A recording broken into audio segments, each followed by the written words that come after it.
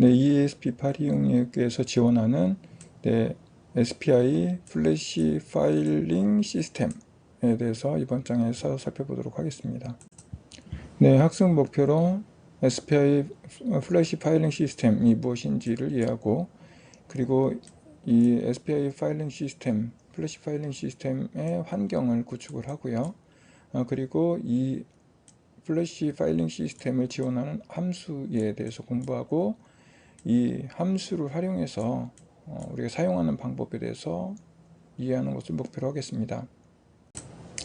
파트 1에서는 SPI 플래시 파일링 시스템이 무엇인지, 그리고 환경 구축에 대해서 살펴보고요. 파트 2에서는 이 함수와 함수 활용 방법에 대해서 실습을 하겠습니다. 파트 1에서 SPI 플래시 파일 시스템 환경 구축을 살펴보도록 하겠습니다. SPI 플래시 파일링 시스템의 약자이고요. SPI의 연결 방법을 이용해서 플래시 저장 장치를 파일을 저장할 수 있는 시스템으로 정의를 하고 있습니다. 네, 이 파일에 대한 것을 생성을 하고 수정하고 읽기를 할 수 있게끔 지원하는 프로그램입니다.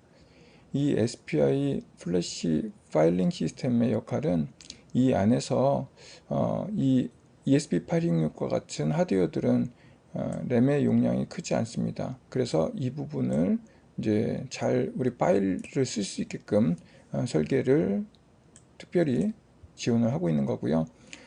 파일의 수에 관계없이 정적인 크기의 램을 버퍼로 사용을 하고 있습니다. 그리고 포직스하고 아주 유사한 API인 이제 오픈, 클로즈, 리드, 라이트, 시크, 스테이트 등의 이런 명령어들을 사용을 하고 있고요. 그리고 이 안에 플래시에 대한 것을 우리가 파일로 사용할 수 있게끔 만들어 놓은 것이기 때문에 계속 썼다, 한 곳에만 계속 썼다 지웠다 하면 플래시가 일정한 수명이 도달하면 더 이상 사용할 수 없게 됩니다. 그래서 이 플래시의 수명 연장을 위해서 정적인 웨어 레벨링이라고 하는 방법을 사용하고 있습니다. 이것은 어떤 뜻이냐면 특정한 제한되어져 있는 숫자가 있는데 어떤 특정한 공간에 플래시 메모리 공간을 계속 쓰면 이 부분이 이제 고장이 나게 되는데, 특정한 값에 도달하면 이 데이터를 옮겨서 다른 쪽으로 이렇게 그 저장 공간을 옮겨서 골고루 이 플래시 메모리를 사용할 수 있게끔 도와줘서 전체적인 플래시의 수명을 연장하는 방법입니다. 네, ESP8266 내에 있는 메모리가 4메가가 있습니다. 이 중에 여기 보시는 것처럼 1메가는 프로그램 영역, 이제 ESP8266 보드를 재우는 프로그램을 담는 영역으로 사용하고요. 그리고 SPI 플래시 파일 시스템에 대한 것을 3메가 정도를 이렇게 할당해서 사용을 한다라고 설명을 여기서 드리고 있는데, 실제로는 여기 보시는 것처럼 스케치북 IDE에서 플래시 이 4메가 공간을 어떻게 쓸지에 대한 것을 지정을 할 수 있습니다. 나는 플래시 파일 시스템을 두지 않겠다, 난 1메가를 두겠다, 2메가를 두겠다, 3메가를 두겠다, 이렇게 지정을 해서 사용할 수 있습니다. 그리고 이 메모리는 실시간으로 이제 리드라이트를 지원하지 않기 때문에 다른 작업보다 좀 오래 걸릴 수 있다라고 하는 부분을 염두에 둬야 되고, 이 부분에 대한 것과 연장선상에 있는 것처럼 여기 프로그램을 동작하는 과정에 대한 것들을 이제 어떤 시간에 대한 제약이 없는 경우에 이것들을 사용하는 것이 좋겠다라고 하는 의미를 두고 있습니다. 그리고 여기 안에 플래시 메모리 공간을 사용하기 때문에 이 플래시 메모리에 배드에 대한 것이 배드 블럭이 생길 수 있는데, 이것들에 대한 것을 감지하거나 처리하지 않기 때문에 프로그램으로 그게 써졌는지에 대한 것을 잘 확인하고 사용하는 것이 좋겠습니다. ESP8266에서 SPI 플래시 파일 시스템에 대한 것을 환경을 구축하는 부분입니다. ESP8266을 우리가 프로그램하기 위해서 아두이노 IDE 스케치 프로그램을 사용하고 있기 때문에 이 부분에 우리가 파일 업로드 할 수 있는 이제 라이브러리를 설치해야 됩니다. 예, 요 이제 ESP8266의 SPI 플래시 파일 시스템을 파일링 시스템을 지원하는 라이브러리는 여기에 있습니다. GitHub에서 찾을 수 있고요. 제가 지금 작업하는 상황에서는 최신 버전이 ESP8266FS 0.5 버전이라서 이 부분을 다운로드 했습니다. 그리고 이 파일 시스템에 대한 것을 지원하기 위해서는 아두이노 스케치 디렉토리 안에 툴이라고 하는 폴더를 생성해야 되는데 생성 위치에 대한 것을 알려드리도록 하겠습니다. 아두이노 스케치북 이 디렉토리는 여기 ID에 파일 여기 프레퍼런스 안에 보시면 스케치북 로케이션에서 확인을 할 수 있습니다. 이 위치를 찾아서 찾아진 이 위치 안에 툴즈라고 하는 이제 폴더를 만들고 그 안에 우리가 이걸로 디렉토리라고 또는 폴더라고 얘기를 하는데 여러분들이 잘 이해를 하셨으면 좋겠습니다. 툴즈 안에 ESP8266FS 밑에 툴 우리가 지금 다운로드 받은 요 파일 압축을 풀면 ESP8266fs.jar 파일이 있습니다. 이 파일을 이 위치에다가 복사해서 넣어 주시면 됩니다. 그리고 나서 아두이노의 스케치북 프로그램을 재실행해 주시면 환경이 다 구축이 됐습니다. 네, 그냥 우리가 좀 전에 말로만 설명하면 좀 이해하기가 어려운 부분이 많을 것 같아서 다시 부연 설명하면 스케치북 디렉토리 위치 그리고 툴즈 폴더 생성을 해야 되는데 먼저 툴즈 폴더를 생성해야 될 위치 파일의 프레퍼런스라고 하는 부분에 들어가서 우리가 이제 환경 설정에 대한 부분을 찾으면 이와 같이 나타나게 됩니다. 그러면 저는 설치한 곳이 여기 스케치북을 설치하는 부분이 여기다 라고 하는 것을 확인할 수 있었고요. 여러분들도 한번 경로를 찾아서 이렇게 한번 확인해 주시면 좋을 것 같습니다. 그러면 이 안에 툴즈라고 하는 이제 폴더를 생성해서 설치를 해야 되는데 이 이제 위치는 확인되어졌으니까 파일을 다운로드 받을 경로에 대한 것을 쫓아가 보겠습니다.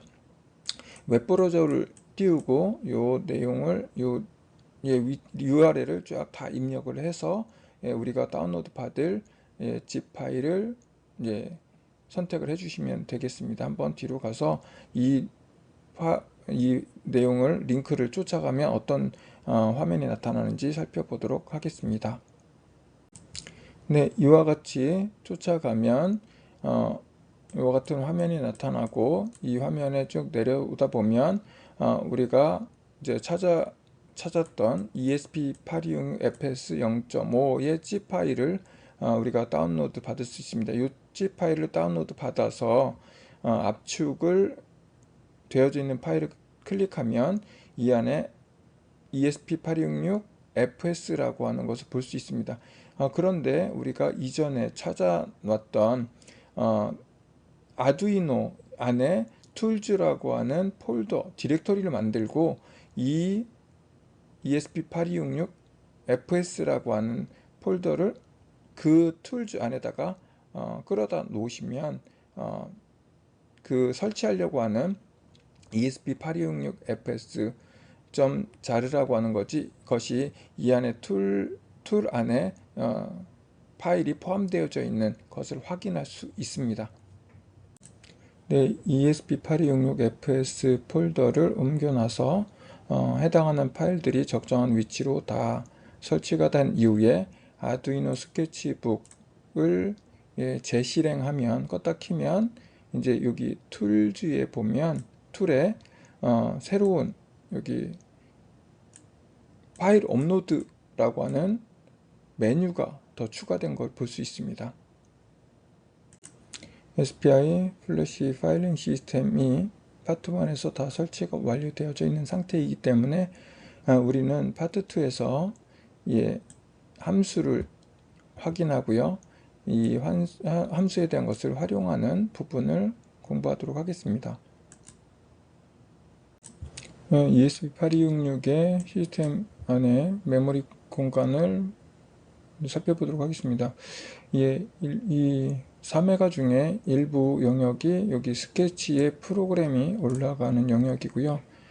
그리고 OTA로 무선으로 업데이트 되는 영역이 두 번째 영역이고요.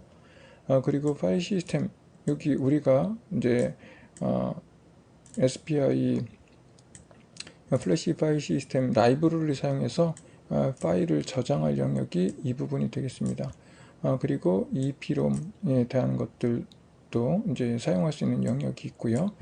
그리고 여기서부터 이 뒷부분은 와이파이에 대한 것을 이제 사용할 수 있게끔 이제 예약된 영역입니다. 이 부분은 이제 와이파이에 접속을 위한 SSID, 패스워드 요것들을 저장을 하고 있어서 보안상 이유로 그냥 마구 접속할 수 없고 와이파이 라이브러리에 의해서만 접속이 되고 쓸 수 있고 할 수 있는 영역입니다. 이 뒤에 부분에서는 요 플래시 이제 파일 시스템에 대한 것을 이제 쓰고 지우는 우리가 프로그램 할 수 있는 영역에 대한 부분을 살펴보도록 하겠습니다.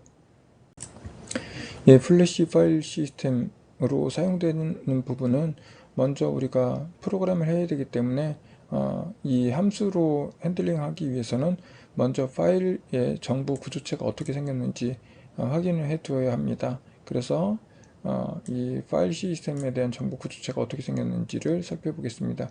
이 파일이 몇 바이트, 총 몇 바이트를 사용할 수 있는지, 그리고 사용된 바이트는 얼마큼인지, 그리고 사용할 바이트의 블럭은 크기가 얼마인지, 페이지의 크기도 확인할 수 있게끔 이렇게 정보를 저장할 수 있는 부분이 있고, 최대로 열 수 있는 파일에 대한 수를 알 수 있게끔 저장할 수 있는 공간이 있고요. 그리고 패스에 대한 부분의 길이도 우리가 저장할 수 있게끔 이렇게 정보 구조체를 제공을 하고 있습니다. SPI 플래시 파일링 시스템의 함수 몇 가지 살펴보겠습니다. begin은 우리가 파일 시스템을 마운트하는 그런 명령어고요. 이것에 의해서 반환되는 게 true이면 성공, 마운트를 했다라는 뜻이고 false이면 마운트를 하지 못했다라는 뜻입니다. 그리고 이제 마운트 되었으면 이제 사용을 위해서 파일 시스템을 포맷을 해야 되는데 이것도 반환 값이 있습니다. true면 성공, false면 실패. 그리고 이제 이 포맷이 다 끝나면 파일에 대한 정보, 아까 좀 전에 우리가 봤던 구조체의 정보를 확인할 수 있는 이런 정보 구조체를 제공해 주고 있습니다. 채우고 나서 성공했으면 true, 실패했으면 false를 반환하게 됩니다. 계속 함수를 알아보겠습니다. 우리가 파일 정보에 대한 변수를 만들고 이 변수의 값을 채워서 내용을 우리가 확인해 볼 수 있는데, 값을 저장하는 부분은 이렇게 SPI .information 해서 해당하는 저장된 값을 저장하는 것을 이렇게 저장하라고 설정하면 요 파일 구조체 안에 정보를 저장하게 됩니다. 그리고 저장되어져 있는 값들을 이제 하나씩 확인할 때는 이렇게 해당하는 정보 구조체 안에 있는 total 바이트, used 바이트, 그리고 구조체 안에 있는 값들에 대한 것을 하나씩 불러다 사용할 수 있습니다. 정보 구조체를 우리가 확인하는 프로그램을 살펴보도록 하겠습니다. 이 직렬 통신을 활성화해서 이렇게 해당하는 내용을 확인할 수 있게끔 직렬 통신을 115,200으로 설정을 했습니다. 그리고 잠시 대기하고 이제 플래시 마운트를 했습니다. 그리고 나서 이제 해당하는 정보에 대한 것들을 정보 구조체 만들고 이제 마운트 되어져 있는 정보에 대한 것들을 설정되어져 있는 값을 저장하도록 명령을 내렸습니다. 그리고 이제 하나씩 저장되어져 있는 값들을 출력을 하는 동작을 수행했습니다. 블록, 페이지 사이즈, 맥스 오픈, 맥스 패스 길이에 대한 것들을 다 하나씩 꺼내서 현재 어떤 값이 설정이 되어져 있는지에 대한 것들을 확인해 보았습니다. 네, SPI 플래시 파일 시스템에서 디렉토리를 선언하는 부분입니다. 내가 경로를 설정하고 그 경로를 열었을 때 이제 dir 객체를 이제 리턴을 하게 되고 이 부분을 저장하는 게 dir 변수가 되겠습니다. 이 dir에 대한 것들을 우리가 확인하는 부분이 여기 list dir이라고 하는 함수이고요. 초기에 포맷이 되어져 있는 상태에서는 리스트를 출력하지 않고 일단 루트 디렉토리, 가장 최상위 디렉토리에 있는 파일만 일반적으로 확인할 수 있습니다. 그리고 이제 파일을 열기 위해서는 경로하고 뭐 읽을 그 액세스 모드, 읽을 건지 쓸 건지 추가할 건지 등등의 모드, 액세스 모드에 대한 것을 입력해서 파일을 오픈합니다. 파일이 열리면 true를 반환하고 그렇지 않으면 false를 반환합니다. 파일을 이제 선언한 객체를 선언한 부분을 살펴보시면 이제 나는 파일을 선언하겠다. 파일의 이름은 소문자 파일이라고 썼고요. 파일 오픈하고 파일의 경로 그리고 이제 모드에 대한 것을 이렇게 입력해서 파일을 이제 선언한 상태입니다. 네, 앞서 설명했던 것 같이 파일에 대한 객체에 대한 것을 우리가 파일 인스턴스 만들어서 파일이 우리가 오픈되어져 있는 상황에 대한 것을 체크할 수 있고요. 파일에 대한 것이 이제 읽는 게 성공했으면 실패했을 경우에는 이렇게 여기가 출력이 되고 그렇지 않은 경우에는 계속 사용하는 것으로 넘어가면 되겠죠. 뭐 라이트를 파일을 추가한다든지 하면 되고 파일을 이름을 변경하는 경우에는 rename이라고 하는 함수를 쓰면 되고요.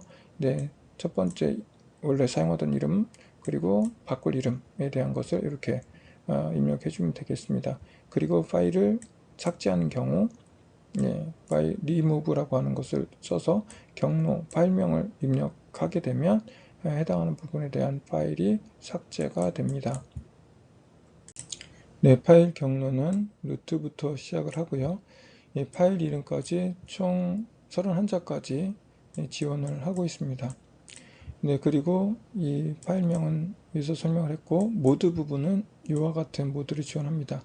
읽기, 쓰기, 그리고 추가, 그리고 읽은 후에 쓰기, 그리고 읽고 쓰기를 지원하면서 파일이 없으면 생성하는 부분, 그리고 파일을 읽기를 지원하면서 파일이 없으면 생성, 이런 기능까지도 우리가 지원을 하는 모드들이 이렇게 사용할 수 있는 모드로 제공이 되고 있습니다.